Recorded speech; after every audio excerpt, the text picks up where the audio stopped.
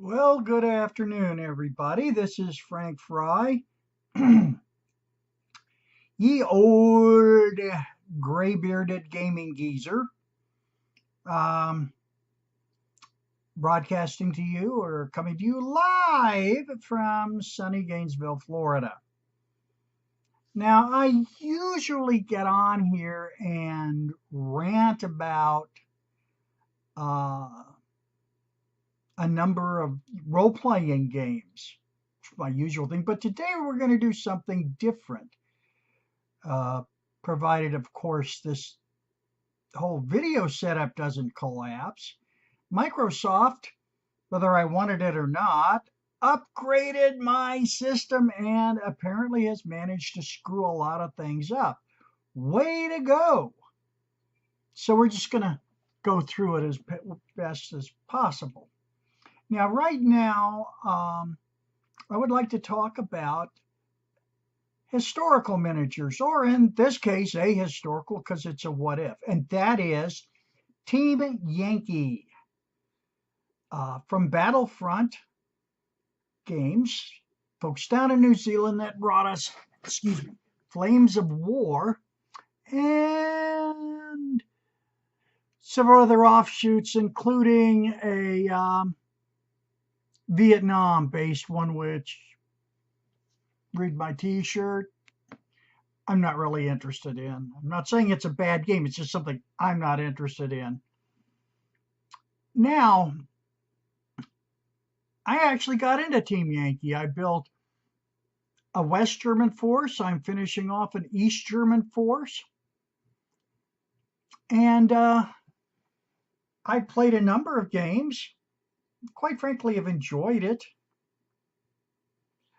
However, there are some caveats that I would like to throw out and examine. One of them, one of the biggest ones, is something that I've referred to as parking lot wars. And that is you take a 100-point Soviet force on a 4x6 gaming table and it looks like a parking lot. Throw in any number of Hind helicopters, and oh, yeah, there's no room to maneuver, really. It's basically what it comes down to. Now, I have a 100-point West German force, which, by the way, will fit decently on a 4x6 table.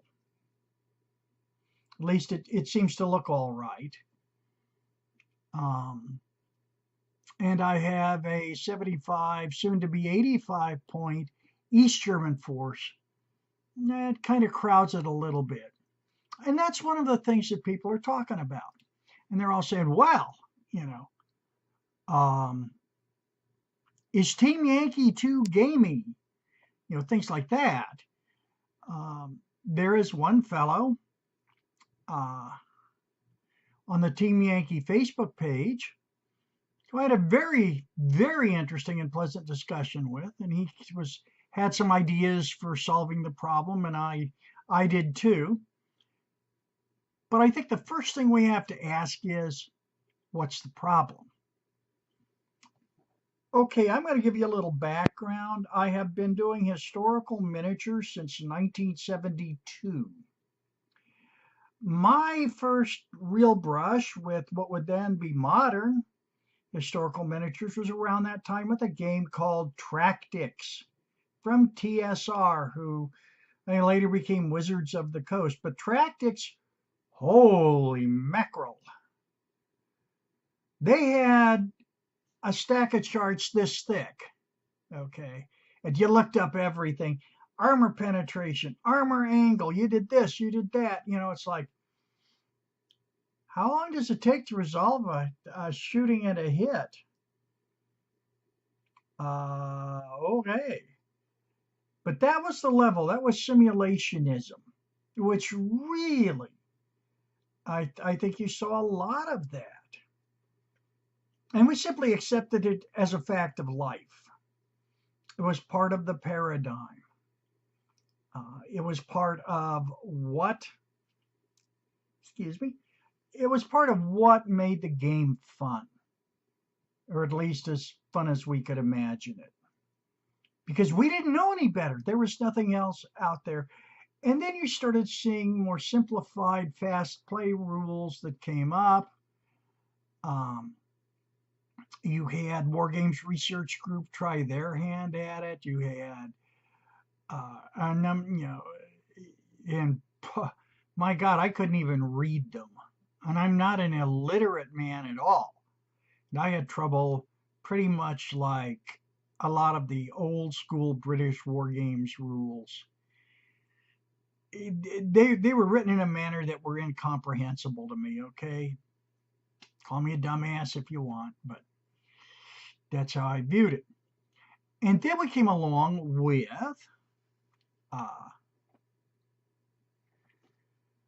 the easier games, the fast play games. The first and probably, one more thing. The other thing, too, that happened was a game called Command Decision from Game Designers Workshop. Now, that actually took, it went away from the one tank model equals one actual tank to one tank model, say, equals a platoon of 3 to 5 vehicles. So you fought platoons, which in turn became companies, which in turn became battalions. In other words, you stepped it up to another level. This was a lot of fun. And they actually had a modern variant of Command Decision called Combined Arms, which I thought was a lot of fun. Game Designers Workshop made some great stuff. And then you had, I think, the next big leap forward was Flames of War. Flames of War operated off the 1-to-1 ratio, although you had infantry fire teams and such. And was nothing to sneeze at. And I played this a couple of times, in fact, and we didn't connect. It wasn't me.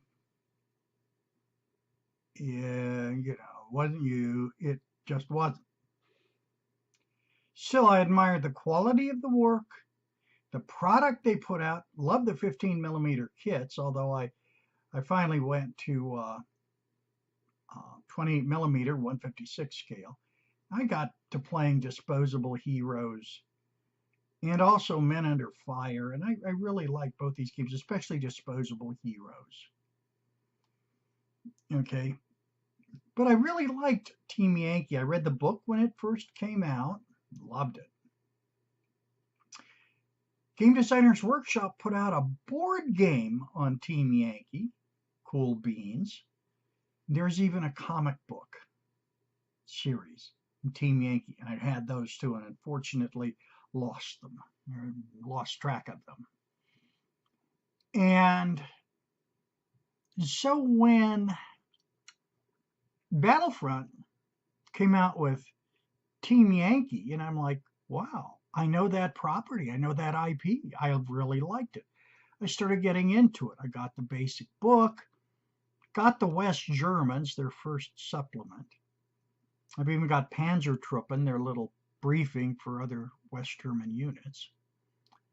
Got the East German book when it came out, and have recently even got the Soviets, Red Thunder. Beautifully done, and these are beautifully done books. Well written, filled with all kinds of neat stuff. Nice photographs, they really get you going.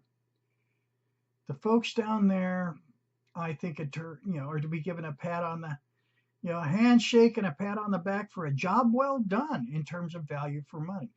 I loved the models, well, mostly the plastic ones, because metal and resin don't work well for me. I mean, I can get them together, but I much prefer the plastic kits. Still, the models were great. They really were. They were amazing. and I really enjoyed putting them together. And they produced a nice, nice 15 millimeter scale modern stuff. The figures were nicely cast. I have yet to get their new plastic stuff, which is replacing, I guess, the old pewter cast. And really got into it. I got the West Germans and got myself my little 100-point force done. Then I decided, instead of getting the Soviets, which my friend Joe up in Jacksonville had, boy, does he have them, Soviet tank hordes. I instead got the East Germans. Why? Why not? Besides, their tanks had a cool camo pattern. It was actually easy to make. But again, we run into the problem of visuals, I think. And part of that, I think, has to do with expectations. You have certain expectations of play when you buy one of these miniature games, which is why I always like to watch the demo videos, first of all, and say, well, how does this work? And that, by the way, is what tripped me up with Bold Action. I was expecting one style of play and got myself another, and had rather a not very fun weekend because of it. But I will, I got second edition Bold Action,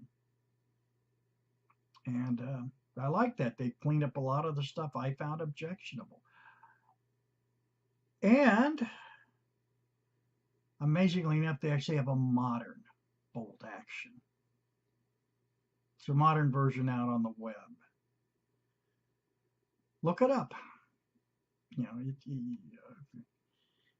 It should work well with the 15s. Anyway, back to my particular rantings.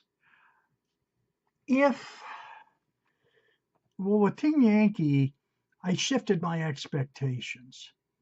Slowly but surely, I realized this is a freaking game. Now, I've read, there's a whole thread on the miniatures page about is Team Yankee too gamey? Well, my first response is define gaming. What do you mean? It's a game. It's supposed to be a game. I enjoy it. It moves fast. However, and again, it's actually the problem of the parking lot battlefield. NATO's main tactic in the 80s was shoot and scoot. Pop it off, get some Soviet, hammer as many, Soviets as you could, then change positions, get the hell out of there. Okay. The same thing with the Soviets. They had their own, the tank horde advances. But what this does is, I think it limits NATO. Because the West German Leopard 2s, which are the most expensive tanks in the game so far,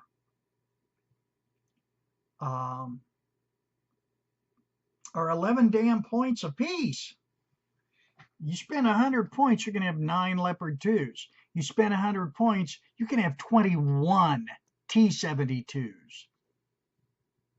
In fact, I set up well, that's interesting. The image just froze. In fact, I set up a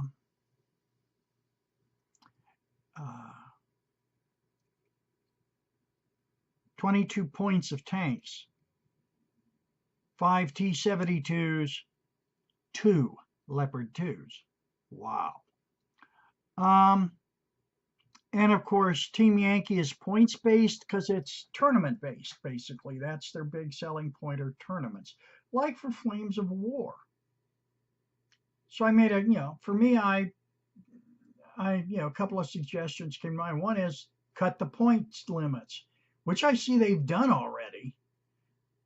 They're talked about dropping it to 85 points, 75 points. Hell, there's a series of battles on YouTube for a campaign that were 50 points per side, plus a supply depot. That's part of their Red Thunder campaign.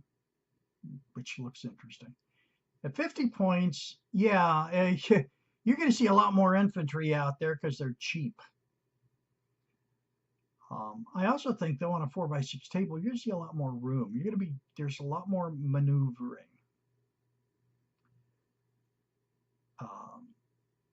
So I've also seen now where apparently there is a trend now for what are called multi-force tournaments, where you bring several different forces and you can combine them together. As long as you hit that sweet spot, 85 points. It's a living. I enjoy it. I enjoy it tremendously. Again, let me state that. Battlefront has brought out a lot of great support products for it.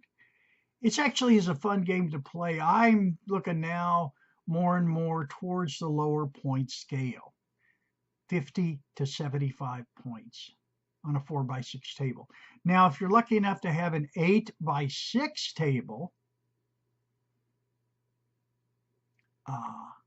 more power to you. Then you can go for your 100 points, because there you've got enough room to at least get in some decent maneuvering. But overall, what I would like to say is, to answer that question I posed a bit earlier, is Team Yankee too gamey? No. It fulfills its gaming paradigm just fine. And just remember, part of that paradigm is to sell miniatures.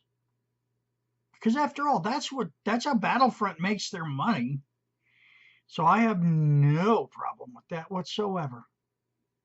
And you realize that, you look at the different rule sets around. The ones that are published generally by war games manufacturers, figure manufacturers, tend to feature large armies on the battlefield who just happen to be tied to particular figure ranges. And I'm looking at you, Warlord. Nothing wrong with it, really, as long as you go into it understanding that that's part of the paradigm. So I guess that's really all I want to say. I've droned on now for a little longer than I thought, but I hope that I haven't put anybody to sleep. And if I have, well, I hope you have a good nap. Take care, everybody. And remember, have fun. Play games.